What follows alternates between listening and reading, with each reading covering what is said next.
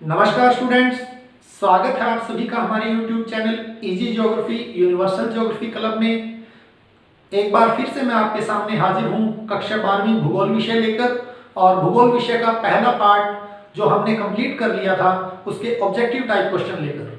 Video को start करने से पहले मैं आप चाहूँगा कि आप सभी हमारे चैनल को लाइक और सब्सक्राइब कर दें, ताकि जैसे ही हम कोई नई वीडियो अपलोड करें तो वो तुरंत आप तक नोटिफिकेशन के द्वारा पहुँच जाए।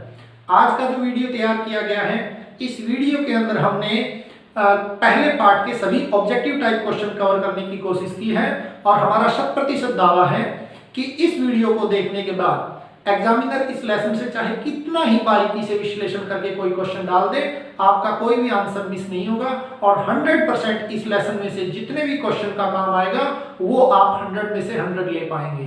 तो देखते हैं आज का हमारा ये वीडियो। तो शुरू करते हैं स्टूडेंट्स आज के हमारे ऑब्जेक्टिव टाइप क्वेश्चंस। जैसा कि आप देख सकते हैं कि जो हाईलाइटेड फील्ड दिखाया गया है, इसी के अंदर से हमारे ऑब्जेक्टिव टाइप क्वेश्चंस निकलेंगे और उनके आंसर निकलेंगे। कैसे, एक नजर देखते हैं। भूगोल एक समाकलनात्मक, अनुभविक और व्यवहारिक विषय है। यानी यहाँ हमारा क्वेश्चन निकल सकता है कि भूगोल किस प्रकार का विषय है। तो उसमें हमें अगर ये ऑप्शन दिए जाते हैं सभी, तो हम कहेंगे कि उपरोक्त सभी, और अगर इनमें से कोई एक दिया जाता है तो उसे हम छांटेंगे। यहाँ समाकलनात्मक का मतलब है कि यह अन्य विषयों से जुड़ा हुआ है। अनुभविक यानी मनुष्य के अनुभव पर आधारित है और उसके व्यवहार का अध्ययन करता है। नेक्स्ट देखते हैं, भौतिक भूगोल भौतिक पर्यावरण का अध्ययन करता है। अर्थात यहाँ क्वेश्चन निकल के आ सकता है कि भौतिक भूगोल के अंतर्गत किन चीजों का अध्ययन किया जाता है, या भौतिक पर्यावरण का अध्ययन भूगोल की किस शाखा में किया जाता है। तो दोनों तरफ से हमारा जो भी हमें आंसर मिलता है, अगर भौतिक पर्यावरण किस प्रकार से अध्ययन करता है, किस विषय के अंतर्गत उसका अध्ययन किया जाता है, तो हम आंसर भौतिक भूगोल देंगे। और ये पूछा जाए कि भौतिक भूगोल के अध्ययन क्षेत्र में क्या शामिल है, तो हम भौतिक पर्यावरण उसके आंसर में देंगे। नेक्स्ट हम देखते हैं मानव भूगोल के बारे में, कि मानव भूगोल के अध्ययन क्षेत्र में क्या शामिल है। इस प्रकार से हमारा क्वेश्चन आ सकता है और उसमें लगातार 3 ऑप्शन ऐसे दिए जा सकते हैं कि जो तीनों मानव भूगोल के अध्ययन क्षेत्र में शामिल हो। अगर ऐसा होता है तो हम उपरोक्त सभी कर लेंगे। तो क्या क्या शामिल हो सकते हैं मानव भूगोल के अध्ययन क्षेत्र में, देखते हैं। मानव भूगोल है वो भौतिक, प्राकृतिक और मानव जगत के बीच संबंधों का अध्ययन करता है। मानव की जो परिघटनाएं हैं, जो मानव आपसी क्रियाकलाप करता है, उनके स्थानिक वितरण का अध्ययन करता है। और सामाजिक और आर्थिक जो भी घटनाएं होती है, उन सभी का अध्ययन भी मानव भूगोल के अंतर्गत किया जाता है। तो अगर ये सारी चीजों में से कोई भी चीज हमें ऑप्शन में मिलती है तो हम उसे सिलेक्ट कर सकते हैं। और नेक्स्ट क्या कहता है, भूगोल विषय के बारे में कहता है। अब तक जो ऑब्जेक्टिव टाइप क्वेश्चन निकल रहे थे वो भौतिक भूगोल के बारे में, मानव भूगोल के बारे में निकल रहे थे। और अब सीधा सीधा भूगोल के बारे में कहता है कि भूगोल का मुख्य सरोकार पृथ्वी को मानव के घर के रूप में समझना है और उन सभी तत्वों का अध्ययन करना है जो मनुष्य पर प्रभाव डालते हैं। यानी यहाँ क्वेश्चन क्या निकल सकता है कि भूगोल के अध्ययन क्षेत्र में क्या शामिल है। तो सीधा सीधा पृथ्वी को मानव के घर के रूप में समझना और सभी तत्वों का अध्ययन करना। तो इस प्रकार से हम ऑब्जेक्टिव टाइप क्वेश्चन है इस पूरे लेसन में निकालते चलेंगे। देखते हैं आगे।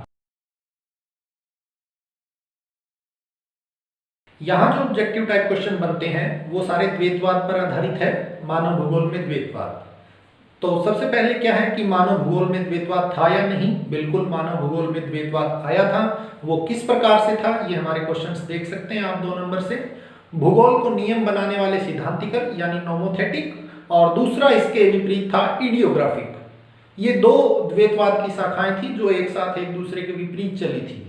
नोमोथेटिक विचारधारा के लोग कहते थे कि सिद्धांत बनाए जाने चाहिए और उसके अनुसार उनको सब जगह पे लागू किया जाना चाहिए। और इडियोग्राफिक था वो व्यक्तिगत इकाई के रूप में एक क्षेत्र का अध्ययन करने पर आधारित था। यह जो सामान्यीकरण के जो सिद्धांत थे उनके विरुद्ध था। आगे इसमें कहता है प्रादेशिक उपागम और क्रमबद्ध उपागम। तो यहाँ हमारा क्वेश्चन किस प्रकार से बन सकता है, तो क्वेश्चन बन सकता है सबसे पहले कि भूगोल में द्वैतवाद किस रूप में था। तो वो प्रादेशिक और क्रमबद्ध के रूप में भी था, नोमोथेटिक और इडियोग्राफिक के रूप में भी था। लेकिन इसी में एक ऑप्शन ऐसा भी आ सकता है जो ये कहता है कि भूगोल में द्वैतवाद नहीं था। वो 5 नंबर पे देखिए, प्रकृति और मानव के बीच में वैध द्वैतता नहीं है, क्योंकि प्रकृति और मानव अविभाज्य तत्व है। तो हमारा यहाँ क्वेश्चन जो विशेष तौर पे बन सकता है कि निम्नलिखित में से कौन सी बात है वो द्वैतवाद को नहीं दर्शाती या कौन सी बात है वो द्वैतवाद में शामिल नहीं है। तो जो ऊपर दी गई बातें हैं वो सभी द्वैतवाद में आएगी, लेकिन जो अंतिम बात है कि मनुष्य और प्रकृति को अलग अलग नहीं किया जा सकता, यानी मानव और प्रकृति के बीच में द्वैतवाद नहीं है, तो ये हमारा आंसर रहेगा। वरना इसको और भी कई तरीके से पूछा जा सकता है कि ऐसी कौन सी विचारधारा थी, ऐसा कौन सा उपागम था द्वैतवाद में जो नोमोथेटिक था। तो अगर हमें आंसर्स में दिया जाता है कि वो सामान्यीकरण या सिद्धांत बनाए जाने पर आधारित था, तो हम उस आंसर को सिलेक्ट करेंगे। अगर इडियोग्राफिक से जुड़ा कोई क्वेश्चन ऑब्जेक्टिव टाइप बनाया जाता है तो हम उसमें उस आंसर को सिलेक्ट करेंगे जो विवरण को दर्शाता हो या जो व्यक्तिगत अध्ययन को दर्शाता हो। तो इस प्रकार से यहां हमारे ऑब्जेक्टिव टाइप क्वेश्चन रहेंगे।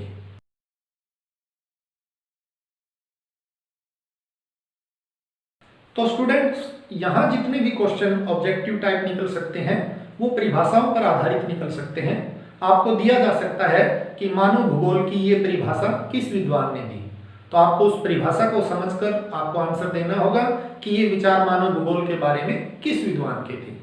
तो यहाँ पहचानने के लिए मैं थोड़ा सा आपको बता रहा हूँ कि फ्रेडरिक रैटजेल की जो परिभाषा थी जिसमें उसने मानव और पृथ्वी के अध्ययन की बात की थी, वहां उन्होंने संश्लेषित अध्ययन पर बल दिया था। उनकी परिभाषा में आप देख भी सकते हैं 1 नंबर पर। दूसरा उनका क्वेश्चन इस तरीके से भी बन सकता है कि मानव भूगोल के पिता कौन थे। और फ्रेडरिक रैटजेल के बारे में क्वेश्चन एक और भी निकल सकता है कि पर्यावरण निश्चयवाद की अवधारणा किस विद्वान ने दी, उसका आंसर भी हमारा फ्रेडरिक रैटजेल रहेगा। और फ्रेडरिक रैटजेल का संबंध किस देश से था, ये क्वेश्चन भी बन के आ सकता है, तो जर्मनी हमारा इसका आंसर रहेगा। अगली जो परिभाषा है 2 नंबर पे कुमारी एलन सैंपल की, इस परिभाषा में जो विशेष बात है उसको अगर आप समझने की कोशिश करें तो उन्होंने अपनी परिभाषा में मानव और पृथ्वी के अध्ययन की तो बात की थी, लेकिन उन्होंने कहा था कि परिवर्तनशील पृथ्वी का अध्ययन या परिवर्तनशील संबंधों का अध्ययन मानव भूगोल में किया जाता है। तो ये विशेष पहचान है उनकी परिभाषा में। अगर ये परिभाषा आती है तो आप आसानी से पहचान लेंगे कि ये कुमारी एलन सैंपल की है।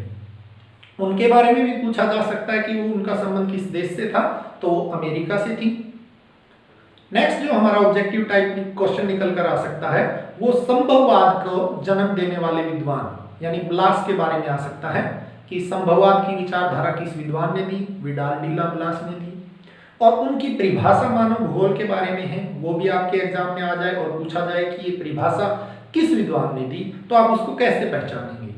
तो जहां रैटजेल ने अपनी परिभाषा में संश्लेषित अध्ययन पे जोर दिया था, कुमारी एलन सैंपल ने परिवर्तनशील संबंधों का अध्ययन पर जोर दिया था, वहीं विडाल डी ला ब्लास ने अधिक संश्लेषित ज्ञान पर जोर दिया था।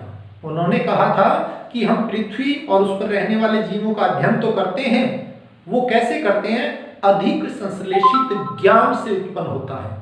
मानव भूगोल है उसमें अधिक संश्लेषित ज्ञान पर जोर दिया उन्होंने।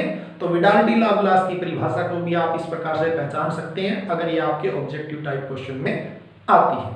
और उनके बारे में ये पूछ लिया जाए कि विडाल डी ला ब्लास का संबंध किस देश से था, तो उसका आंसर रहेगा फ्रांस।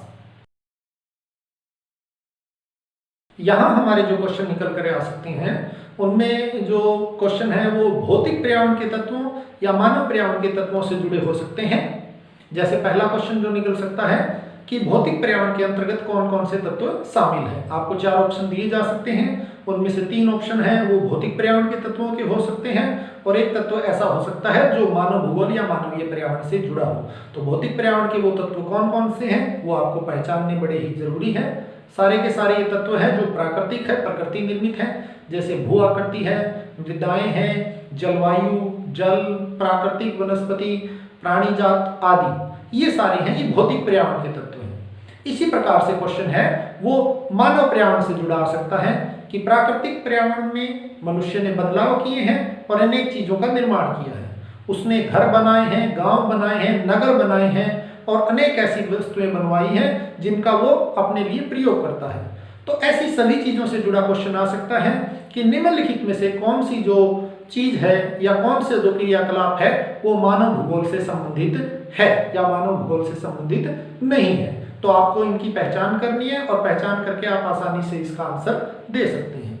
और बिल्कुल आखिरी यहाँ जो तीसरा क्वेश्चन बनता है बहुत ही इंपॉर्टेंट है इस पार्ट में कि मानव और पर्यावरण के बीच अन्योन्य क्रिया है वो प्रौद्योगिकी के द्वारा ही होती है।